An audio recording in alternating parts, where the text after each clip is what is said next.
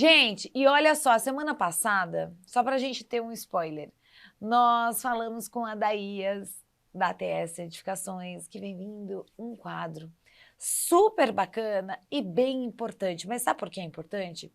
Porque nós vamos aprender que é possível executar um projeto com maior assertividade, economia, principalmente, e clareza. Então roda a vinheta aí!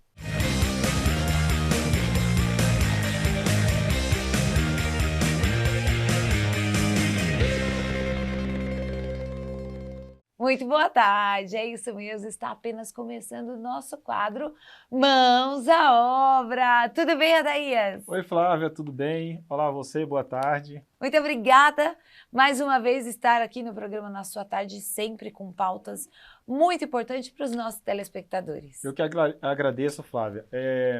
Esse programa é muito importante, eu te agradeço pela oportunidade da gente esclarecer um pouco sobre a nossa atividade, uma atividade super importante, né? E um tema muito relevante, né? Adaías, me fala uma coisa, o que leva uma obra a ter sucesso? Olha só, a assertividade de uma obra, eu considero que antes mesmo de você iniciar a execução, logicamente, você precisa de um planejamento, né? Então, para você acertar, ter o resultado que realmente você deseja, precisa pensar realmente como vai ser aquele projeto, de que forma vai ser feito, e isso ser definido no planejamento, né? Eu tenho até uma teoria comigo, Flávia, que às vezes o planejamento ele leva até mais tempo do que a própria execução. Com certeza. Isso Eu também acredito. Isso se dá pela complexidade, né, que o projeto tem que ter uma clareza. Tem que ter uma clareza tanto para quem está contratando, quanto também para aqueles profissionais que vão executar. Imagina se o profissional que for executar não tiver entendido perfeitamente qual o resultado ele deve entregar para o cliente. Aí nós já temos um problema. E Adaías, da mesma forma que projetos e obras vão ao sucesso, tem também o fracasso. O que leva a isso? Exatamente, Flávio. Pensa bem comigo, tem uma frase que diz assim, quem não sabe o que quer, nunca chegará a lugar nenhum. Isso se aplica na construção e na reforma, porque se você inicia um processo construtivo e não se tem a clareza adequada para determinado projeto, né, esse projeto está fadado, né, a várias ocorrências de replanejamento, né? Então, isso gera muito custo, logicamente. Você imagina você ter uma equipe de 10 profissionais da construção civil disponível dentro de uma obra e, de repente, ali no meio do expediente, percebe-se que não era exatamente aquilo que eles estavam fazendo que o projeto pede. Então, ali nós temos um impasse. Se você trava uma equipe, né, no meio de um processo, né, porque o resultado não estava saindo conforme o esperado, Sim. Ali você já começa a ter um grave problema. Né, nós temos problemas de logística, por exemplo, a quantidade de vezes que a pessoa vai precisar ir num depósito de material para comprar outros materiais, para reverter alguns equívocos que está acontecendo na obra. Então, isso tudo se gera através de falta de clareza no projeto. Então, ter a clareza para executar a obra, isso com certeza é fundamental. E olha, tem até uma reflexão que serve tudo para a nossa vida, né? Quem não sabe o que quer, nunca vai chegar a lugar algum. Exatamente. Eu costumo comparar a nossa atividade, a construção civil, como as pessoas. Cada obra ela é única, ela tem a sua identidade. Então, para isso, cada projeto requer também as suas particularidades. Para isso, leva tempo esse planejamento, avaliação, as reuniões com as pessoas envolvidas, né, e tudo isso leva tempo. É importante respeitar esse tempo reservado para sanar as dúvidas, estabelecer as metas, né, trazer uma clareza no resultado final para quem está contratando. Tudo isso é fundamental e isso, com certeza, leva tempo.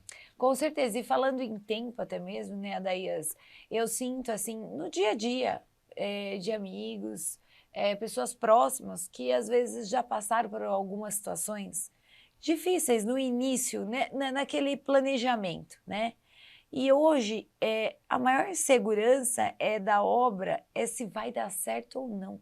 Como que você consegue trabalhar isso, Adaías, pelo seu conhecimento e entendimento também? Olha só, Flávia, ter os profissionais qualificados em cada área, né? Tá. Numa obra requer aí um time multidisciplinar, que vem, logicamente, primeiramente, a parte de engenheiros, arquitetos, profissionais indispensáveis, né, pessoal? Porque se você ignora a etapa de planejamento de um decorador, né, de um arquiteto, um engenheiro, você já começa a se expor a algumas situações. Quem vai fazer o planejamento, a disposição de projetos, são esses profissionais.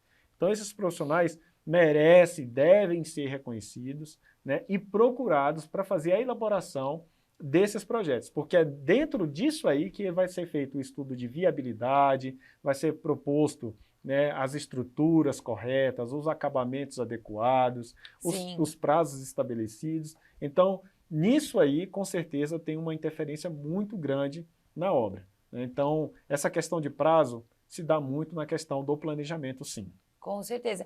E falando em planejamento, a parte da economia, né, Adaías? Porque existe também uma forma, dentro da área da construção civil, da pessoa se planejar.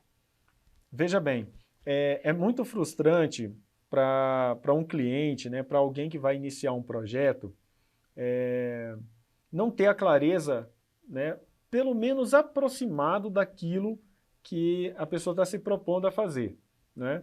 Eu costumo dizer que não há precisão. Eu acho que isso para a vida também, né? Sim. Não há uma precisão, mas deve-se ter uma previsão de custo, uma previsão de prazo, né? Uma previsão de quantitativo de material. Então, com certeza, Flávia, existem várias formas de você economizar durante, no processo da sua obra, quer seja ela uma construção ou quer seja ela uma reforma.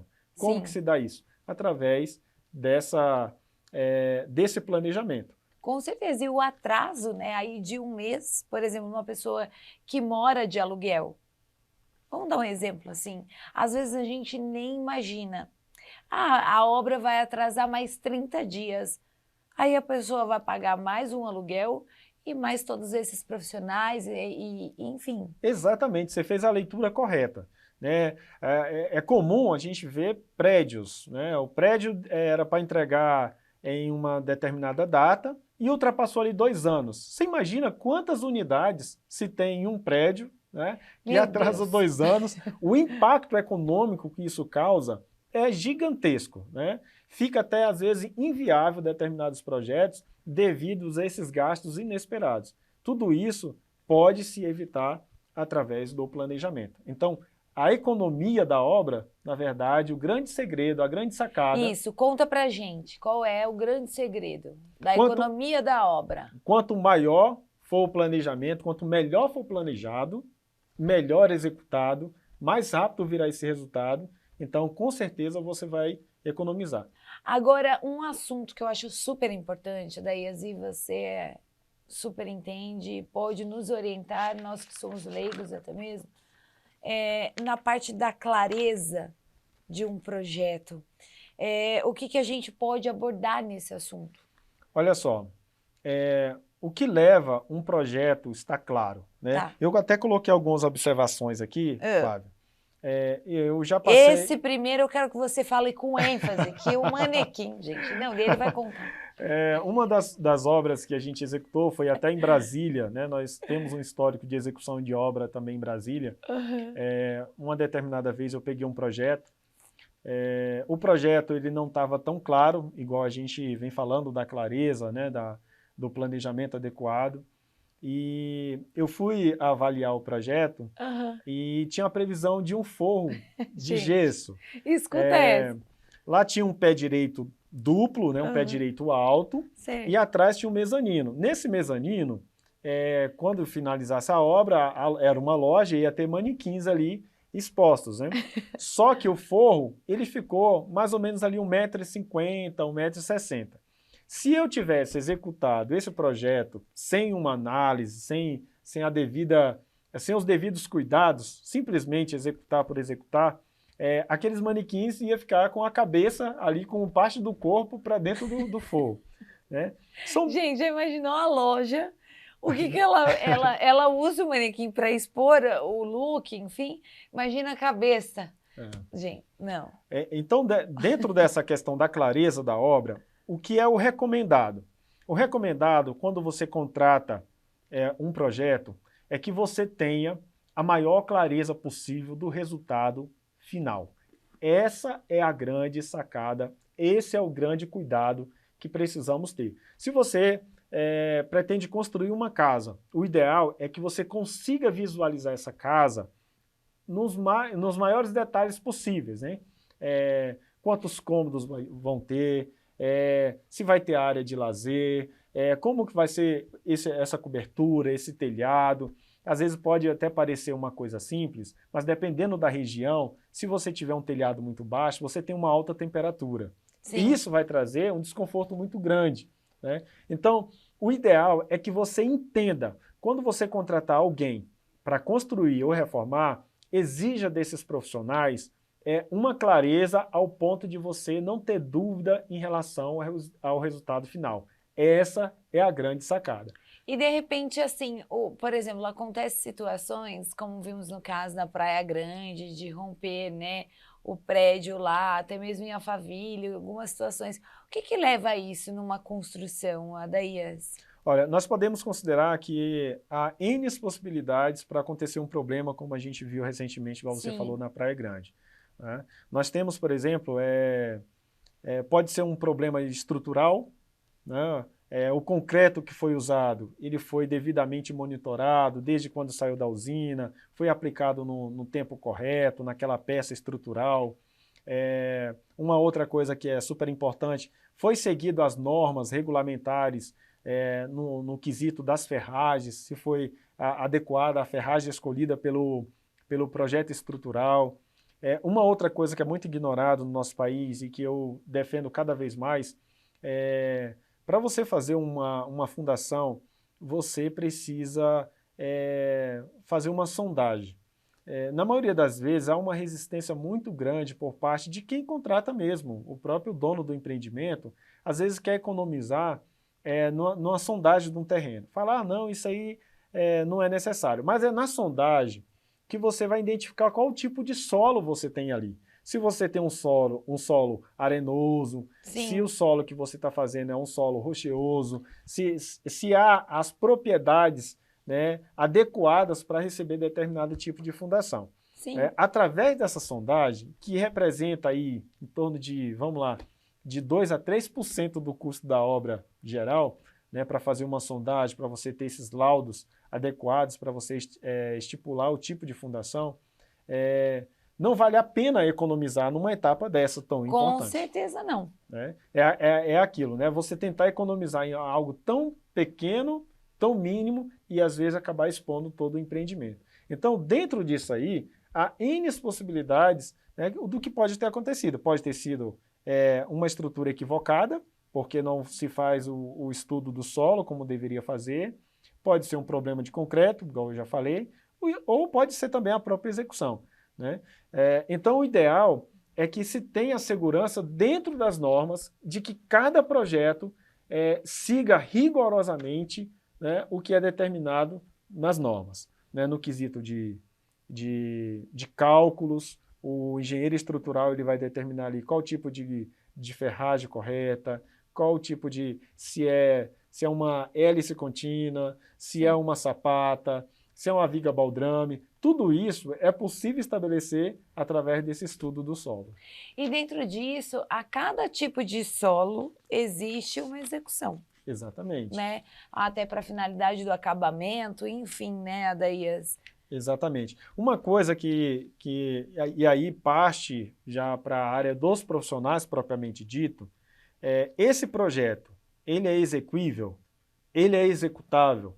Às vezes, vem um projeto, né, igual eu citei o caso da vitrine, e alguém que planejou ali sugeriu que fosse feito de determinada forma, mas os profissionais precisam ter o conhecimento realmente daquele projeto para ver se é viável aquilo. E se não vai causar principalmente riscos, né? Exatamente. Se você executa algo só porque está no documento e você não fez a avaliação de que aquilo está seguro realmente, você acaba expondo o projeto. Então, uma das perguntas que deve ser feita é: esse projeto é executável?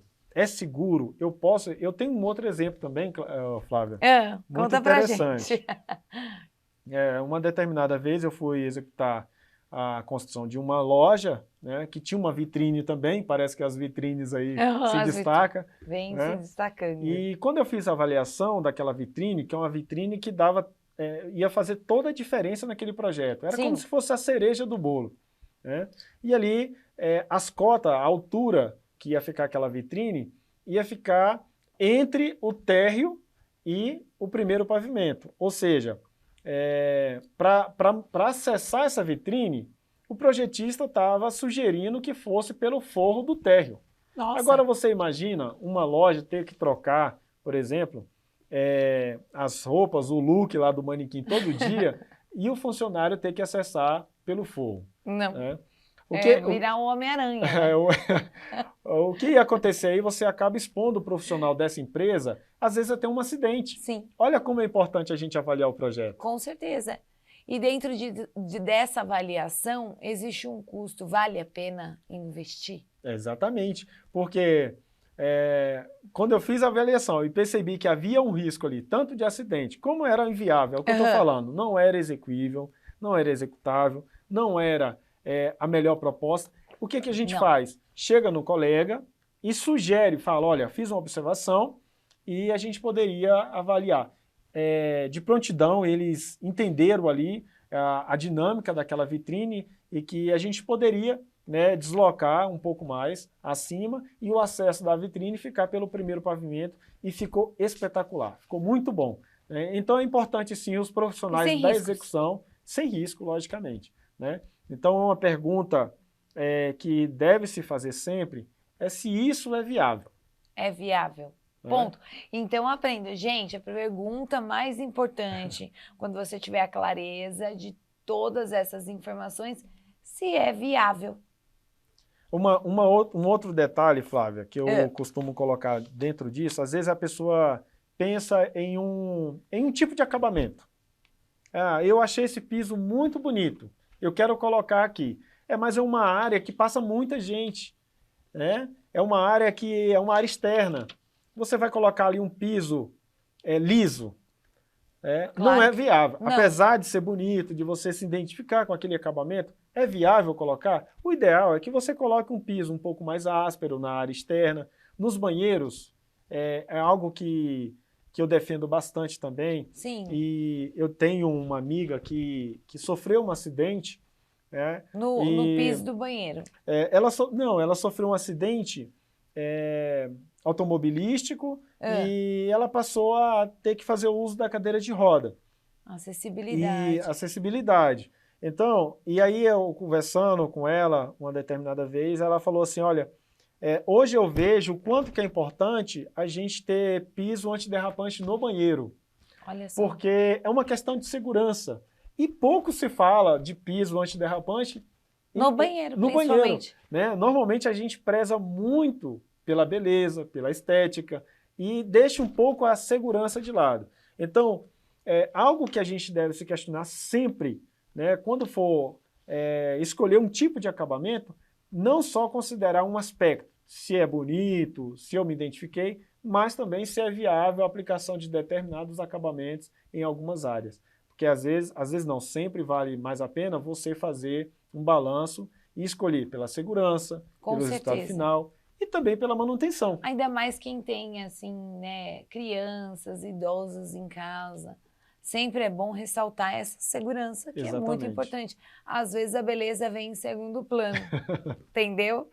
E agora me fala uma coisa, o profissional que está executando uma obra, geralmente ele tem a clareza do projeto estrutural ou até mesmo, você me disse, elétrico e arquitetônico. Flávia, eu tô demais, né?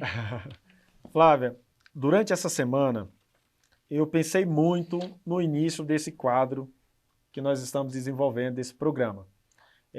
Isso mexeu bastante comigo, porque a gente entende a seriedade daquilo que a gente oferece na sociedade. É verdade. Então, eu vim e sei que o que a gente está falando aqui vai interferir diretamente na vida das pessoas que estão ouvindo, que isso é muito relevante mesmo para a sociedade.